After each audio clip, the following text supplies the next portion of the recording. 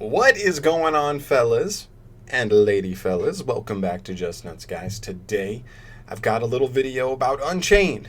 This video is pretty much everything you need to know about Unchained as of right now. So I guess December 20th, 2019, this is everything you really need to know about Unchained, from a more, general standpoint here. So I guess before anything, we should go through the deck and make sure you understand what kind of deck this is. This is a Fiend archetype, a Fiend-based type-based, Fiend-based type archetype, whatever. Everything in the deck is a Fiend. That's what I mean to say. There's 4 main deck monsters, 2 spells, 2 traps, and 3 extra deck monsters. One of the most important factors of this deck is every single thing in the deck except for 1 card floats. On destruction. All of them float on destruction, so if either the little guys are destroyed, they can special summon any Unchained monster straight from the deck. If this big guy is destroyed, he special summons any Unchained monster from grave. If this big guy is destroyed, he'll summon himself on the end phase. And then if any of your spells and traps are destroyed while set, they have to be set, which is important for souls because it's a continuous. They will special summon an Unchained straight from the deck. All very nice floats because eventually your opponent's going to run out of non-destruction removal. They're going to have to destroy something, right? And you will get a float when they do. Next up is Unchained Soul of Rage. In the extra deck, Anguish and Abomination. Abomination is the only one that does not float, but it's fine. He does other things. Rage is really nice because it just specials from grave, and then what they actually do. So Aruha is really nice because he pops a card on your field to special himself from hand. As you saw, everything else will float, so it's fine. Rakia, just as a quick effect, can let you pop something. So if you want to special a monster from deck instead of trade in a spell or trap for that, you totally can make that worth with Rakia. Unchained Soul of Disaster lets you link away your opponent's monsters, really nice, with yours for a dark. This guy pops stuff, jumps out of the hand really easy, he's awesome. The deck has a Rhoda, that's super clean. A lot of people, a lot of decks wish they had a Rhoda. Not just a Rhoda, but it searches any card in the main deck, any Unchained card, it's really nice. Wailing pops a card every time you link summon an Unchained monster. Chamber is essentially a Call to Haunted for the archetype that can also special from hand, which is really nice.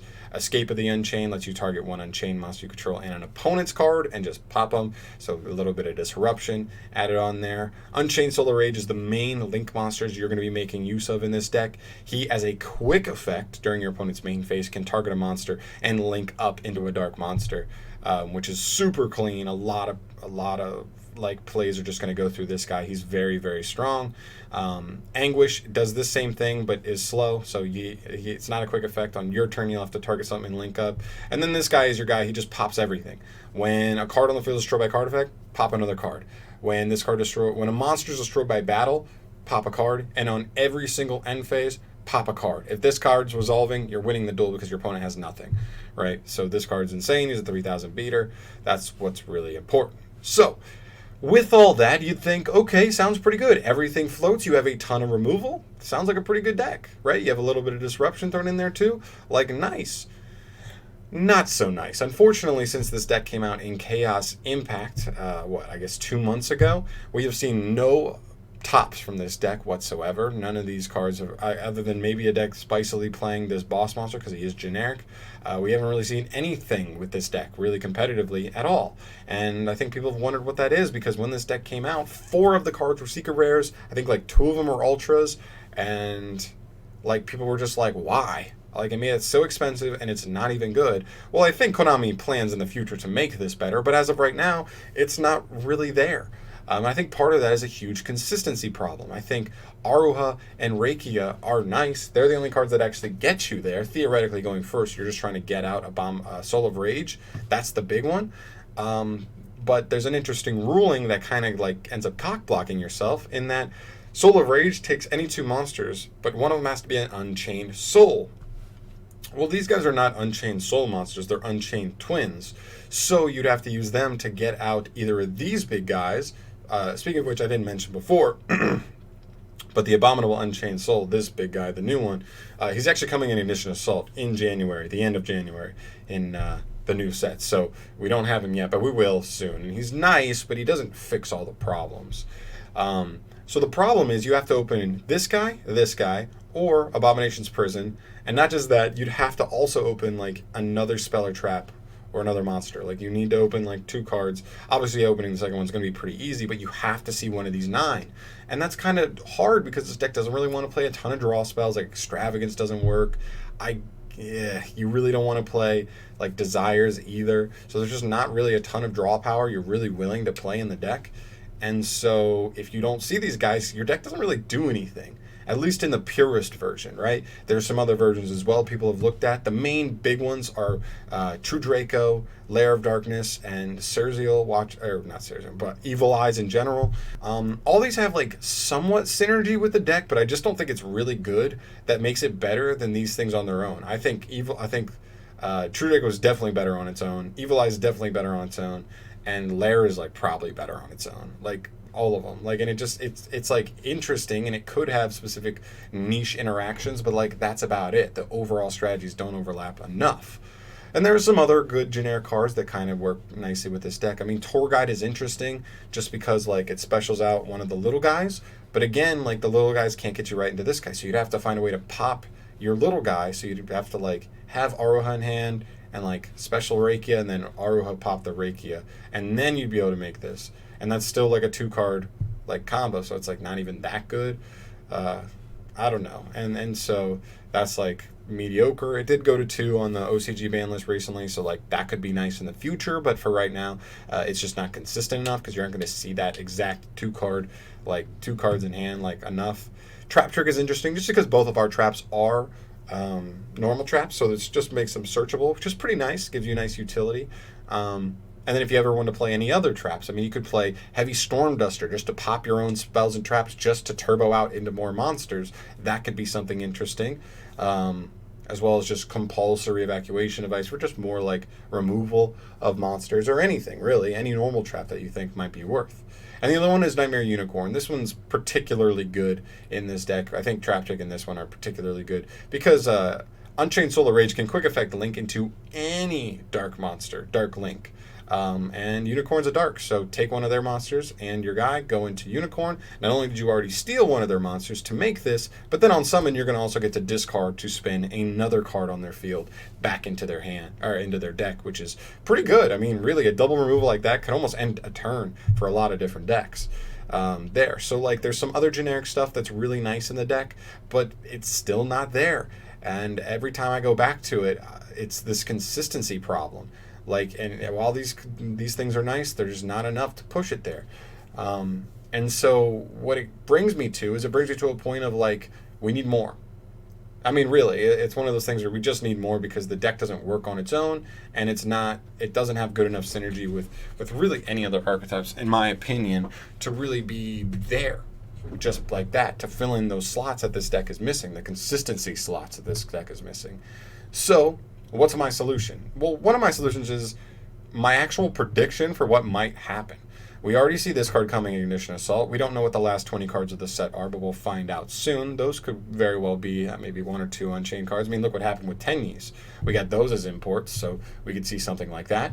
But the main thing here is something interesting, where most Fiend decks are dark, right? And this one is, for the most part. Your big guys, both of these guys are dark. All 3 of your extra deck Fiends are dark. But your twins are not dark. They're actually fire and water, which is an odd typing for an all-Fiend deck, right? Especially when everything else is dark. So what's interesting is, like, fire and water have dichotomy, which, you know, fire versus water, which one's better? I mean, I think water probably wins, but I guess if fire's hot enough, it cause steam, whatever you like. There's a dichotomy there. The other dichotomy would be possibly earth and wind, and that's what I'm curious about. Is if we have Unchained twins here, what if we got another set of Unchained twins where these 2 are twins and then there's another set of Unchained twins? That could make all the difference. That could make a possibility of 6 more starter cards to really get you where you're going, and that is like the difference. That's a huge difference in a 40 card deck between constantly seeing the plays that you're wanting to set up and not at all, really. So I think that would be best case scenario. And there's a ton of other, I mean, like with any deck, I mean, you look at like what card would really solve. I mean, there's probably a number of answers, But I just thought this was interesting because of how they already set up these two twins, as it'd be really cool if they got another set of twins, right? And they don't have to be amazing, but they do something that has to do with popping your own stuff, and then you get a little more advantage, and then you just kind of are able to just get more monsters out, and you're able to just summon Soul of Rage very constantly. That's the whole aim there, and hopefully that becomes a very possible thing. I mean, we'll have to wait and see if that really is, the situation, but that's my prediction for right now. There's a ton of other things that could happen. We could see another search card. We could see a card that just specials from deck by itself, and then whatever. Like, there's so many things, but that's my prediction, at least, to help solve the biggest problem of the deck, which is just opening a way to get to your best cards. Because when you don't, your deck does nothing. If you don't summon any monsters and your opponent doesn't worry about wiping your back row, you may not be able to do anything, and then you'll just have to say, yeah, attack is good, attack is good, attack is good. Terrible. That's terrible. So I think that's pretty much it, guys. I think that covers most of what I want to cover here today. Everything that really matters about Unchained right now, why it hasn't been as good as people thought it might have been. But I think there's hope, and I think it's also important to keep in mind that because Konami printed them such high rarity, I think they had high expectations for them too. Maybe it wasn't right out the gate. Maybe they knew they'd be like this, and they were going to release more support down the line. I mean, that makes sense, right? So I wouldn't be surprised at all if, I don't know, maybe an Eternity Code. We get, like I said, 2 more twins, or another card or 2, like whatever it is that they think will help the archetype. At some point, I think, like, Konami knows that Fiend decks do really well with the fans. They made the designs really cool for this one. They made it high rarity, which a lot of people like. I mean, depending on price-wise, but people like it when the cards are foil and look good, right?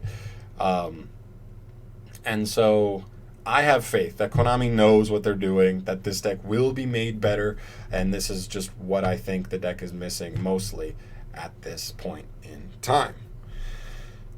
But that's going to do it for me here, guys. Definitely let me know your thoughts down below. Let me know if you disagree and you think this deck is way better than I'm giving it credit for. I'm not saying it's terrible. I'm just saying, like, for a deck to be good, you have to be able to, like, compete in most duels. When, like, if 30% of your duels, you don't even draw, like, a hand where you can summon your Link 2 where otherwise your deck doesn't really do anything, then, like, those you can almost just consider as 30% of your duels automatic losses. And then, like, the duels that you can play, you're not even guaranteed to win those, right? So, like, how are you supposed to compete with a deck like that? You need to at least be consistently seeing the tools of your deck that are going to allow you to win duels, or at least give you a chance. That's the whole thing, is like, just because you play it doesn't mean you guarantee win. That's just to give you a chance. But there are just hands where this deck doesn't even give you a chance to play, and that's where it really goes downhill. So I don't know. Let me know your guys' thoughts down below. As always, subscribe to the channel if you have not yet. Thank you so much for watching, guys.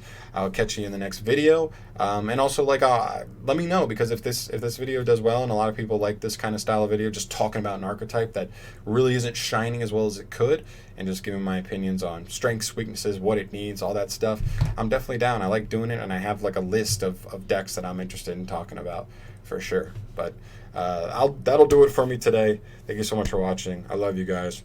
Peace.